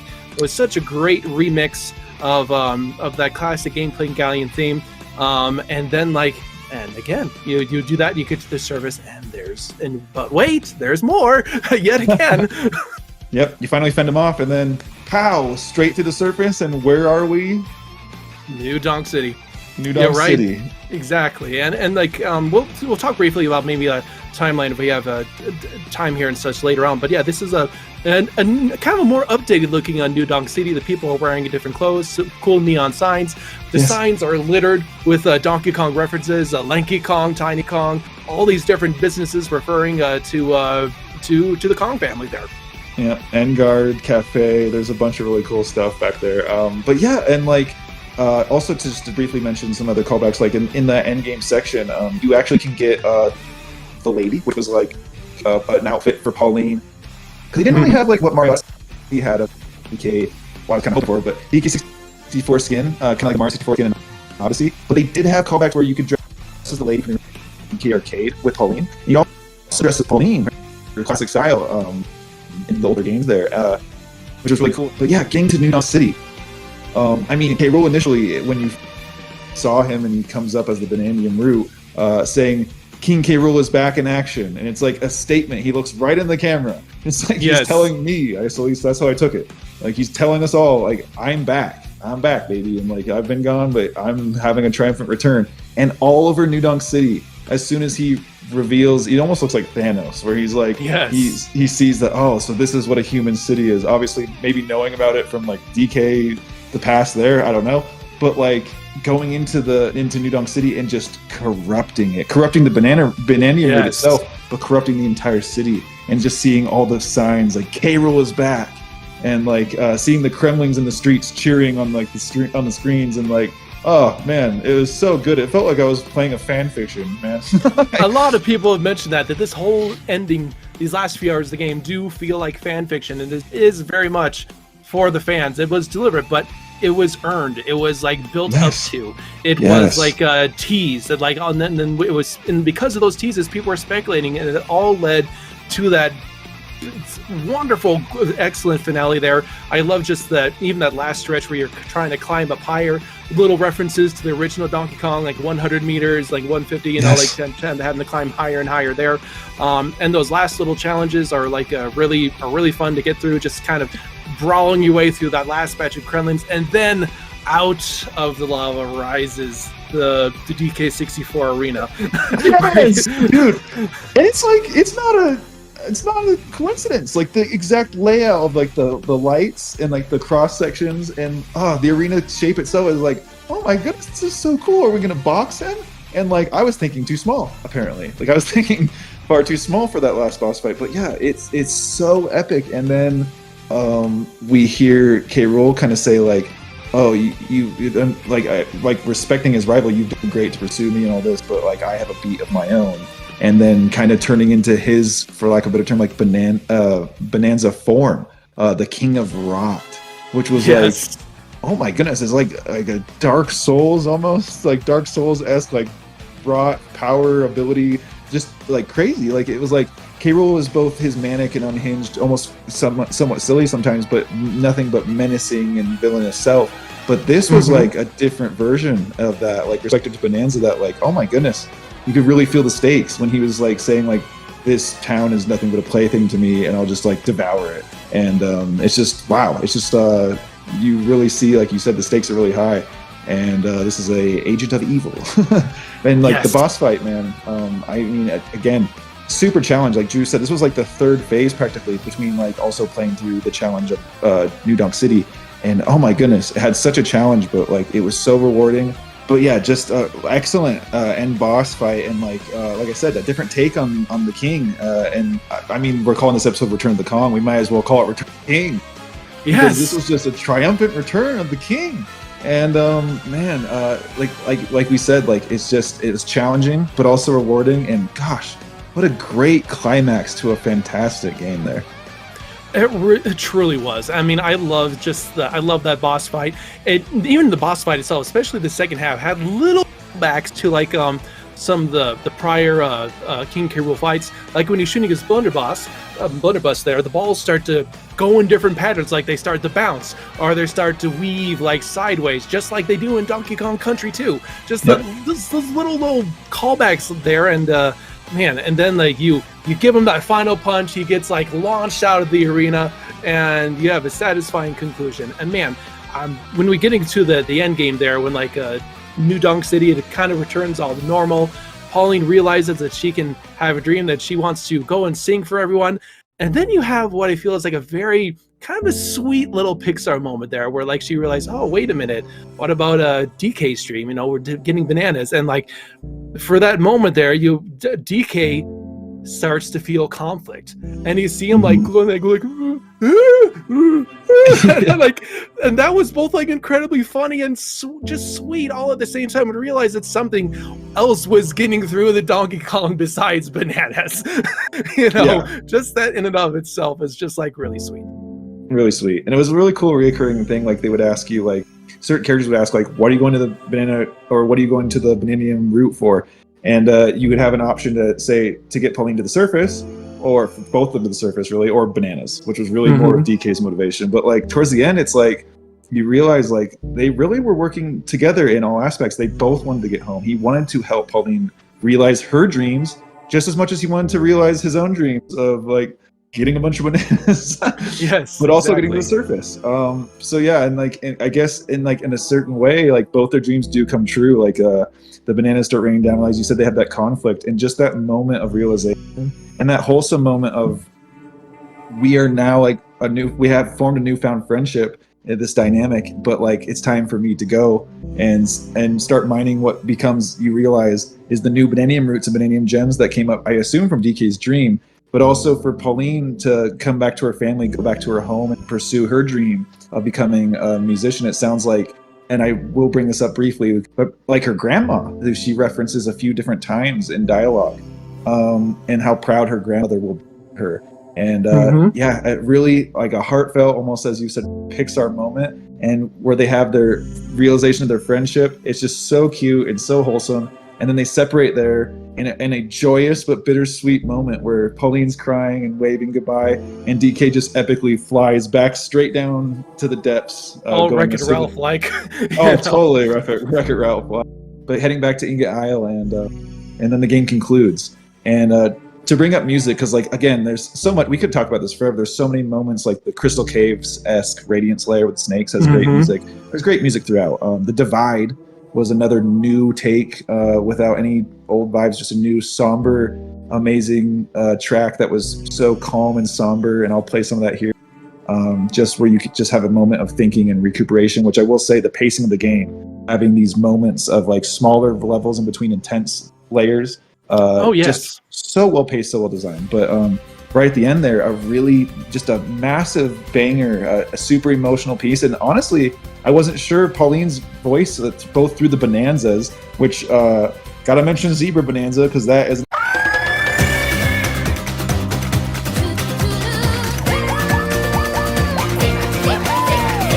so many Bonanzas are great with her vocals, but Heart of Gold that they played during the credit sequence, which is such a good revisitation of both like screens of moments of the plot, moments of fighting, moments of characters in different worlds, revisited almost in reverse as DK goes back into the depths.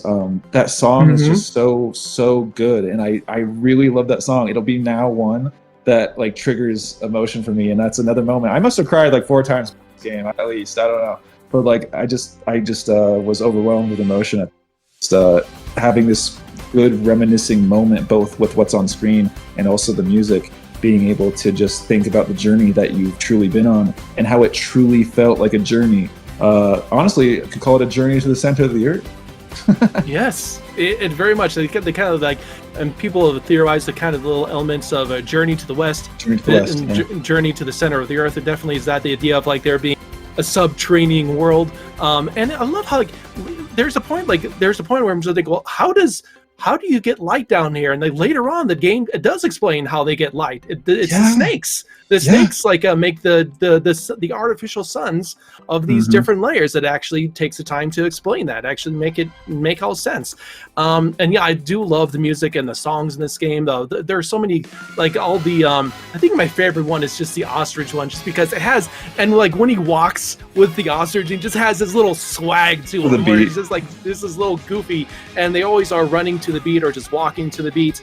And one level again, and a bit of music I did want to bring up in particular as well is just again Feast Layer. I think Feast Layer was at least one of my absolute favorite levels in this game, because the music has like a playful, yet kind of like an eerie, dead kind of sound to it, which kind of fits the fact that like the Fractones are running this theme park that was created by the Lions, and they're gone.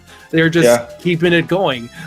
And it sounds like a single lion even, but like there's a graveyard that some people, and it has a little spooky music. It's almost like Witchy World-esque. And I will say the Feast Layer, excellent music. It still fits that spirit and style of DK, but it almost feels like it fit more into a Rare game, or like a Banjo game, Banjo-Kazooie game almost. Like Witchy World.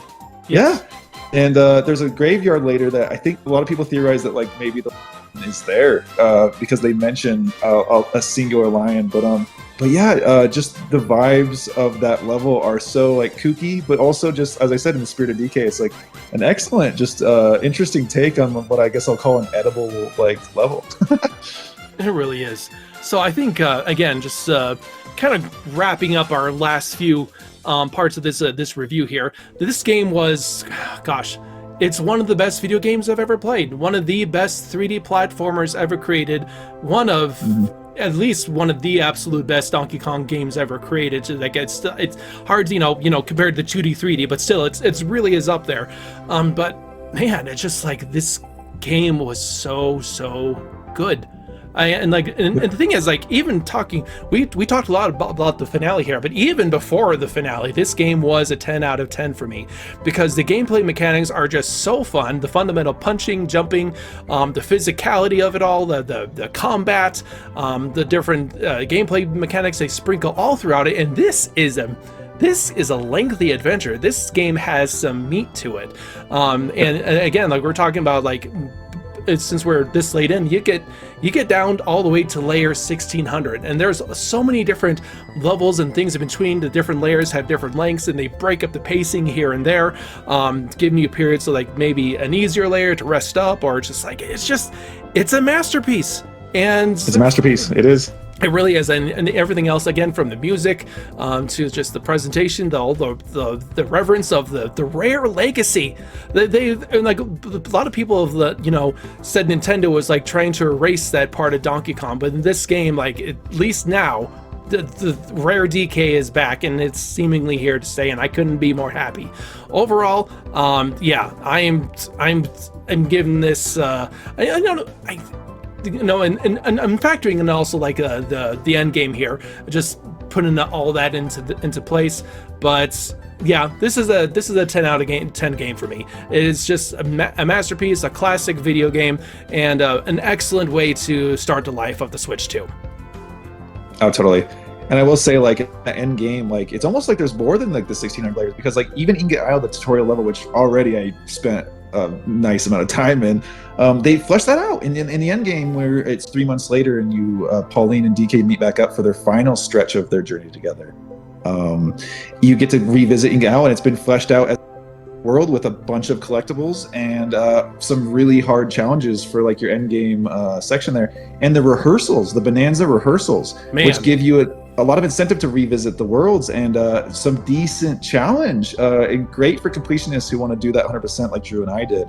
But just some really good challenge, some really good extra content, and you can do the Ramby Rumble again. There's more dialogue and stuff, and someone like me, I'm, like I said, exploring every nook and cranny. There's more Bananium gems and all sorts of things like that definitely incentivize revisitation to those already excellent worlds. And as Drew said, even before the end section, even before knowing about K. Rool, this game was like one of my favorite platformers, maybe one of my favorite games of all time, honestly. Even before all those elements, I mean, I just feel like these guys, a great team, or branch off of the Odyssey team, great devs, but they just batted out of the park with this one. Like, in my opinion, especially with some respective relative biases, like, it's already a masterpiece game, but with the fan service and everything on top of it, I have to agree. I would say, I always do this, guys, I always do this two-part thing, but I would probably give it like a 9.5, 9.7 out of 10 if I'm talking objectively, for like the small performance issues and like things that maybe they could have fleshed out more. But like, I'll be honest with you, man, like, this is going to be one of my favorite games of all time. Playing a second playthrough a little bit, I mean, I'm already like, I'm trying to hold off because this game is so special to me already. It's like I can already feel it so close to my heart. But personally, this is again heck, man, it is a 10 out of 10. I'm gonna say, personally, this is a 10 out of 10 game. And we've not actually, both on our old content or the new content on this channel, we've never done this high of a score. We've been close, but this is, for me, it has to be a 10 out of 10. Like, it's the emotional impact, the impact, as you kind of brought up, for the IP and the implications for the future going forward, both with the return of the Kremlin crew, return over these rare elements, but also just the aspect of passion, fan service, and the fact of this being like a love letter. We have old DK Arcade, we have Jungle Bee elements, we have elements. I mean, I challenge you guys to find like a game that didn't have certain elements of, even arguably Jungle Climber. Like, it's just, this is like a pure love letter to DK fans, but especially what I see as the core DK fans, the Donkey Kong Country, the platformer-esque Donkey Kong fans. And man, just an excellent game, one that will continue up there with like DK64. That is like one of my favorite games of all time, very close to my heart.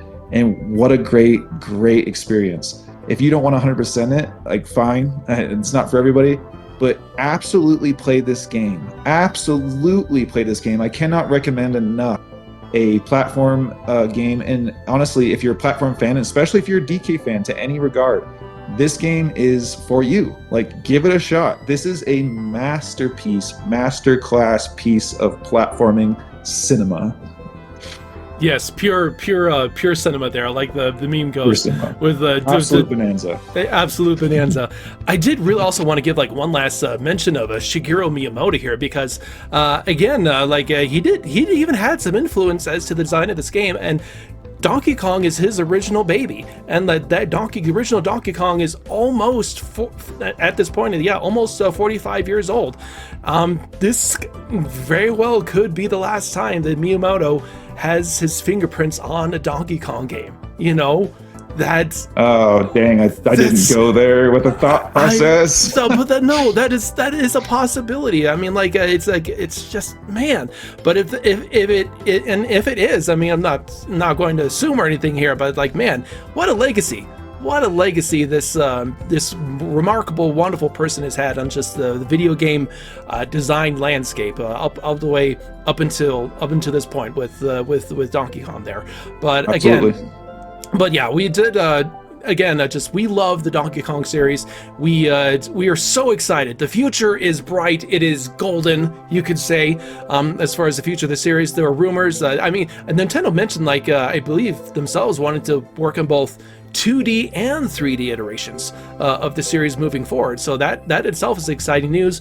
We'll have to see what they do. Like, I'm excited to see what they do with K. Rool. Well, then maybe they'll have him go back to his alter ego ways, which would be a great thing to do. But no, I'm so excited for the future of the series. It is in good hands, and it feels like after all this time, like over 20 plus years now since the Microsoft Rare buyout, Donkey Kong finally feels like he's come home. You know, that's really what it is. After all this time, after like little back and forth, the experimental days of the 2000s, the Retro Studios revival that was like really good gameplay design wise, was just missing still a little bit of that Rare factor. This is the complete homecoming of the Donkey Kong franchise, you know, and like in a sense, you know, like a healing of the Donkey Kong franchise. Like, my corny little brain thinks, you know, when Pauline's like singing there and like they're doing their Super Saiyan thing, and like it starts to crack open, she's not just bringing Donkey Kong back to life, she's literally like bringing back K. Rool and the entire Kremlin crew there. It's just like, that's kind of how it feels to me when I watch that scene. It's like, seriously, corny as that is, but man, what a masterpiece of a game, and we're just so excited for the future. Honestly, a lot of things woke up during that scene. DK, K. Rool, and the state of the franchise. Like, I mean, like we said, they've been cooking small things. We got the theme park and like movie rumors about more projects now. But after 11 years, I don't think there could have been, and I would have loved a 2D, and the potential of more 2D is fantastic. But I don't think there could have been a better way to bring the franchise back in such a new but respectful to the old, and just a passionate, like, way of bringing the franchise back, and K. Rool back, and those rare elements back. Like, it just truly feels in so many respects like a triumphant comeback, being a showcase title on the Switch 2, where usually, as we said prior, usually Mario takes that slot. It's so cool. As you said, the future is as bright as a golden banana. And I mean, I'm just excited to see where we go from here. Right now, though, I can say, like, I am nothing but content, nothing but pleased, and I'm honestly overjoyed with the way that this game has played out. And I guess I will say as well, regarding our channel, we have something, we've even teased it in past videos, we have something that is coming pretty soon now. We finally got to the point with this Donkey Kong content. Yes. We will have more stuff related to this and some really special stuff coming up on the channel. I just want to say again, if you guys want to join the Discord, the Kooky Crew Discord server, we often like pull ideas from here. Guests often come up on the show. We have a lot of cool game nights. If you guys want to join the Kooky Discord server, we have a link in the description there. And any likes and subscribes and support, I just want to bring up the last video about Donkey Kong, the last couple videos about Donkey Kong that Drew and I have done. And we had Just Nintendo on. We really appreciate the support. We really appreciate like the respect and like the engagement from our old Kooky Questions stuff and our current stuff, like from the Donkey Kong community. So much respect out to you guys, the Donkey Kong community. And yeah, I'm just excited for the future, both for our channel, for the franchise, and honestly, just like what else Nintendo has to pull out. And couldn't be more happy as a DK fan, man. And I'll just reiterate what Sam was again saying. Like, we can't thank you guys enough for just supporting our content from the very beginning of when we started on the on my channel on Nostalgic there, and then moving over to here, seeing the support.